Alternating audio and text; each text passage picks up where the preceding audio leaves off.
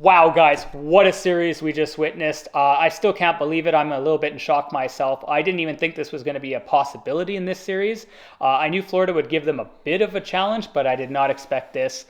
Congratulations to Florida Panthers fans. I mean, a 4-3 series win against the Boston Bruins, statistically the best regular season team in history. They won. We just heard that they went on and said this is the second statistical biggest upset in the history of playoffs based on point gap. 43-point gap. Like, that's absolutely insane. And we got to give a lot of love to Florida right now. I just want to apologize to the Florida fans because in the previews I didn't give them any love. To be honest with you, I predicted that this will be a Boston sweep. So, man, was I wrong, and I'll own up to it. Florida showed up. They played absolutely unreal series. They were Matthew Tkachuk. Oh my gosh. This guy, what a difference this guy made for this team. Quite possibly one of the best trades in the last year. Going out and getting Matthew Tkachuk. They gave away Huberdeau and Weegar, and at the time, it seemed like so much. I mean, Huberdeau was second in the NHL in scoring. He had over 115 points last year.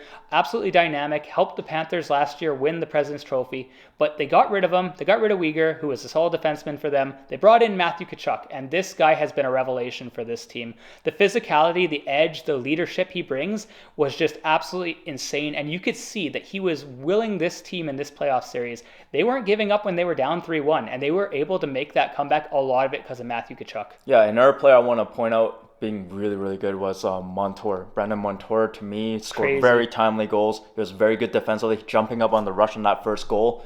Very, very solid. They were just a very, very dangerous team all around, and Boston couldn't do anything. They looked absolutely sloppy in every single game. All 7 of these games that they played, they looked sloppy in every single one of them. Yeah, when we did a preview for this series, we were going through like the offense, the defense, and we're like, oh, Boston just has so much more depth. This shouldn't be close. Florida just doesn't have the depth. But when we're actually going through the roster and how they played, so many of these guys on Florida really stepped up and played amazing. Guys like Listerinen, Anton Lundell, really good two-way game. And then Barkov was playing a lot better in this series too. I mean, all around.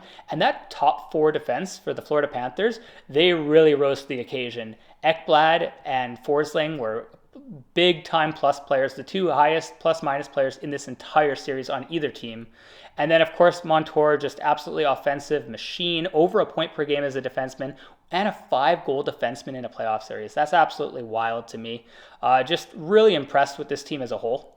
One thing I want to give a lot of credit to Paul Maurice for was when he switched Alex Lyon for Sergei Bobrovsky. I was very critical of that decision. Oh, same. I did not like that decision, but man, did he prove us wrong on that one, because Sergei Bobrovsky has looked good ever since he went in that net. He was making very good saves, very timely saves, and he kept this team in the game and won those 3 straight games. Oh, the balls to do that. I mean, yeah. Alex Lyon had just won the game for them. They had tied it 1-1 in just a game before. He has one mediocre game and they pull him, and then Bobrovsky comes in and it's been pretty solid almost every game since. Like, it's just incredible.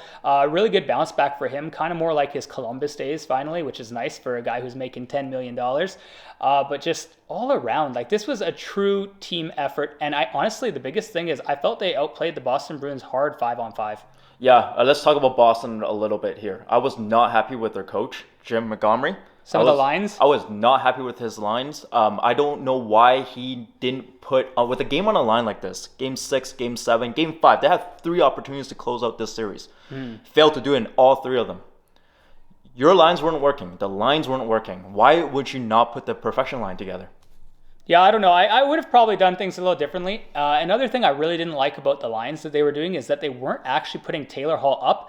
Not going to lie to you guys, Taylor Hall was by far the best Boston Bruin in this series. It wasn't even close. This guy, whenever he was on the ice, good things were happening. You could see the energy when he was skating. He was just absolutely dynamic out there, just speedy as heck. And he was like big plus guy also in this series. I mean, obviously plus minus doesn't tell the whole story, but you could just see it in his game. Like, this guy was flying. This guy's like, I don't want to waste the opportunity. I know that I'm getting up there into the middle of my career. I got to make some plays. And this is a former Hart Trophy winner. This isn't just some average third liner, and yet he's getting stuck down there, playing less minutes and not getting the opportunities. It baffles me, honestly. There are certain players that just shouldn't be getting those type of minutes. And it's good that in this game they moved down Jake DeBrusk, because I thought he was flat. He was not good in the last few games. I thought I know he had some point in this series, but man, every time this guy touches the puck, it looked flat. Every time he has a puck on his stick, I was never confident that this guy's gonna score. Pavel Zacha with that line with Krejci and Pasternak, I was not a big fan of that line. I know Pasternak scored some goals, but I'm not happy with him. Not happy with the lines at all. Yeah, statistically, Krejci had a really good Game 7. I mean, 3 points is pretty incredible. But between Krejci and Bergeron, you could kind of start to see some of the age show. Not to be a hater, I love both these players. Absolute legends. They should probably have their numbers retired there in Boston. Like, they're absolute studs. But man, did they kind of struggle defensively, which is something you're not used to seeing from these types of players. When they were on the ice, it tended to be a lot of the times where Florida was able to capitalize and get some goals. And I think I probably would have sheltered these guys. I probably would have played Krejci lower down in the lineup, especially because you can tell he's injured. I feel bad for the guy because he's playing through injury, so I give him a lot of credit for fighting. But I probably would have played him lower down in the line for sure. And then, yeah, like shelter Bergeron a little bit more with a younger guy like Pasternak's good. That's fine. But I probably would have played the perfection line together. They have enough players on this team depth-wise that they could have made it work. And I would have definitely had Taylor Hall play on the second line. Yeah. I mean, yeah, you said it all. I don't know why Taylor Hall wasn't moved up at any point in the series. He was the best Boston Bruins player. They let him up for a game or two. Let him up for one game. Whoa. Perfection line. It baffles me that these three players have been playing together for so many years, and you don't put them together on when it is Game 7. Look at the Edmonton Oilers. They put Evander Kane with Draisaitl and McDavid. They did that in Game 5 or Game 6. Game 5 and Game 6. And it changed the dynamic of that series. Jim Montgomery is not smart enough to make that change and make that in-game adjustment. It clearly showed. All he did was move down Jake DeBrusk to the third line and swap him for Bertuzzi, which Bertuzzi is a better player, but the thing is, he's a double-edged sword. I told Scott this. He has a lot of turnovers, but at the same time, he does make a lot of good things happen. It's a hit and miss with that player. So I just feel like there wasn't that much chemistry with Bertuzzi on that line with Bergeron and Marchand, and it really showed. They were -2 today. Yeah, I mean, before Bergeron came back, Bertuzzi was absolutely popping off. He was playing really well. I think they probably should have just kept that together with the line they had before Bergeron came back healthy at that point, if they're not going to put the perfection line back together. Bertuzzi was so solid offensively early in this series. You kind of saw the difference as it went on. It wasn't as solid. And just one guy I really got to call out, because this guy had a career year. And when you're looking at these teams, you have two guys, one on each team that had a career year for defense. Brennan Montour and Hampus Lindholm both had career high in points, and one of them stepped up to the occasion and the other one was not there. He was MIA. Hampus Lindholm had 53 points in the regular season in 80 games. He was playing on the power play for a lot of the year. He was playing in big opportunities, playing big minutes, and he had 0 points in a 7-game series. Playing 20 plus minutes a night, I think that's just unacceptable. It's embarrassing. And on top of that, he wasn't even good defensively. The passes, he was trying to make so many breakout passes, and it was getting intercepted like almost every time. He was terrible on all fronts. Hampus Lindholm should be ashamed. Like, he was terrible. One of the worst players on both teams by far. Yeah, I was a little disappointed. I really thought this guy had a strong season, and to see him end it like that was kind of a little upsetting. Orlov offensively really stepped up in this series, so I'll give him some props for how he was moving with the puck. But in his own zone, he was kind of making some big gaffes, leading to goals. So that was kind of, once again, like Hohen said with Bertuzzi, the double-edged sword.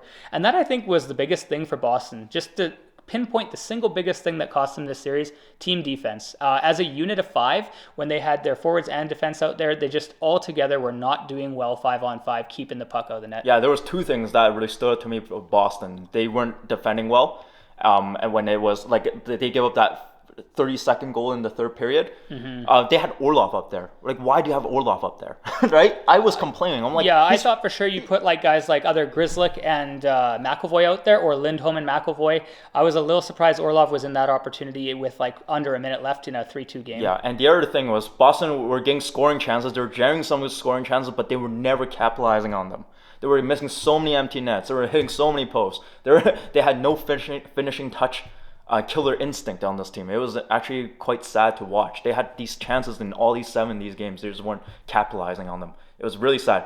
And on top of that, I did like the decision for the coach to change to Swayman today, because I think Ullmark did not have a good series. What do you think about that? Yeah, I thought the switch was probably good. I mean, Omar, he's a Vezina winner this year. I'm certain of it. He's going to win the award. He was just too good all year. And it is upsetting because, I mean, the guy has been so solid for so long, but he just unfortunately didn't have anything going in this playoffs. So, I mean, I like the switch. Swayman made some key saves in overtime, especially early. The one on Matt Tkachuk on the breakaway I thought was really huge. I mean, he kept his team alive for another few minutes.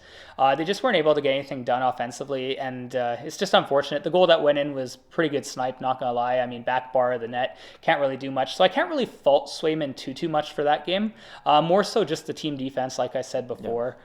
I really got to wonder here, one question about Boston is where they're going to go from here. As a guy, a Washington Capitals fan, I know how much it hurts to win the President's Trophy and then lose in the first round. Trust me, I've been through that twice, so I know.